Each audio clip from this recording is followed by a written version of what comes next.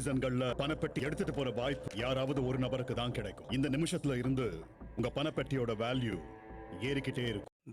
நேற்று எபிசோடு முடிக்கும்போது கமலஹாசன் வந்து நீங்கள் எல்லாமே என்ஜாய் பண்ணுங்கள், கிறிஸ்மஸை கொண்டாடுங்க அப்படின்னு சொல்லிட்டு போயிட்டாரு. கிறிஸ்மஸ் அதுமா பிக் பாஸ் வந்து நிறைய கிஃப்ட் உங்களுக்கு வரப்போகுதுங்க அப்படின்னு சொன்னாங்க. அதே போல் முன்னாள் போட்டியாளர்கள் எல்லாமே வீட்டுக்குள்ளே வரப்போகிறாங்க அப்படிங்கிற மாதிரி சொல்லிட்டாங்க. ஃபைனல் வந்து நெருங்கிருச்சு அப்படிங்கிறனால இந்த மாதிரி விஷயங்கள்லாம் பண்ணுறாங்க.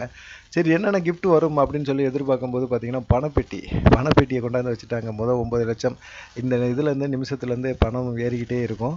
யார் எப்போ வேணுமோ அவங்க எடுத்துகிட்டு வெளியே கிளம்பிடலாம் அப்படிங்கிற மாதிரி சொல்கிறாங்க.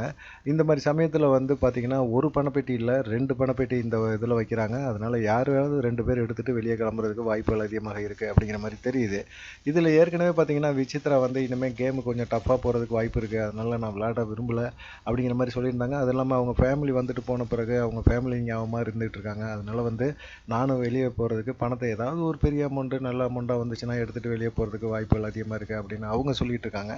அதே போல் பார்த்திங்கன்னா மாயா, பூர்ணிமா இவங்க 2 பேருமே என்ன நினைக்கிறாங்க அப்படின்னா, எங்கள் ஃபேமிலி வந்துட்டு போன பிறகு பார்த்தீங்கன்னா எனக்கு ஃபைனல் போவேன் அப்படிங்கிற எண்ணமே எனக்கு இல்லை அப்படின்னு சொல்லி பூர்ணிமா மாயாட்ட சொல்கிறாங்க.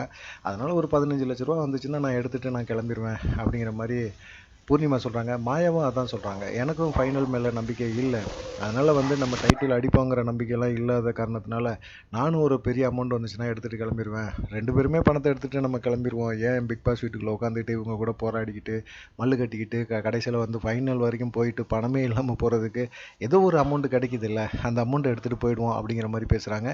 பிக் பாஸ் இப்போ களை கட்ட ஆரம்பிச்சிருச்சு அப்படிங்கிறது உறுதியாக தெரியுது. தொடர்ந்து ஆதரவு கொடுங்க. நன்றி, வணக்கம்.